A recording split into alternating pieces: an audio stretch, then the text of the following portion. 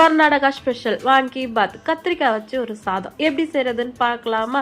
குயிக்காக ஈஸியாக lunch பாக்ஸ்க்கு back பண்ணிடலாம். ஒரு கடாயில் 2 டேபிள் ஸ்பூன் எண்ணெய் ஊற்றி ஒரு 4 வரமிளகா, 2 ஸ்பூன் கடலைப்பருப்பு, 2 ஸ்பூன் உளுத்தம்பருப்பு, 1/2 ஸ்பூன் ஜீரகம், 1/2 ஸ்பூன் மிளகு எல்லாமே சேர்த்து நல்லா வதக்கிக்கலாம். இப்போ 2 பத்து தேங்காய் வந்து பொடியாக கட் பண்ணி அதை இது கூட சேர்ந்து வதக்கி இப்போ இதெல்லாம் ஆற வச்சிடலாம். இப்போ அதே கடாயில் தேவையான அளவுக்கு எண்ணெய் ஊற்றி பிரிஞ்சி இலை, பட்டை, கிராம்பு, ஏலக்காயெல்லாம் சேர்த்து தாளித்து ஒரு 150 கிராம் கத்திரிக்காயை நீளமாக கட் பண்ணி வச்சிருக்கேன். அதையும் இது கூட சேர்த்து நல்லா வதக்கிக்கலாம். அடுத்ததாக 1/4 ஸ்பூன் மஞ்சத்தூள், தேவையான அளவுக்கு உப்பு சேர்த்து சிம்மில் வச்சு ஒரு 10 நிமிஷம் மூடி போட்டு வேக வைக்கலாம். இப்போ நம்ம வறுத்து ஆற வச்சிருக்கிற மசாலா பொருளை மிக்ஸி ஜாரில் சேர்த்து இந்த மாதிரி கொரப்பாக அரைச்சி எடுத்துக்கலாம். இப்போ கத்திரிக்காய் நல்லா வெந்துருச்சா அப்படின்னு பார்க்கலாம். நல்லாவே வந்து எண்ணெயிலே வெந்துருச்சு. இப்போ இது கூட ஒரு எலுமிச்சம்பழம் அளவுக்கு புளியை கரைச்சி சேர்த்துக்கலாம்.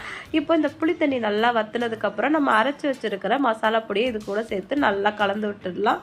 மசாலா பொடியை சேர்த்துட்டு நல்லா கலந்து விட்டு சிம்மில் ஒரு 2 நிமிஷம் வச்சதுக்கப்புறமா வடித்த சாதத்தை இது கூட சேர்த்து அது கூடவே கொஞ்சம் கொத்தமல்லி இலையும் தூவி கலந்து விட்டு இறக்குனா அருமையான வாங்கி பாத் ரெடி. ட்ரை பண்ணி பாருங்கள்.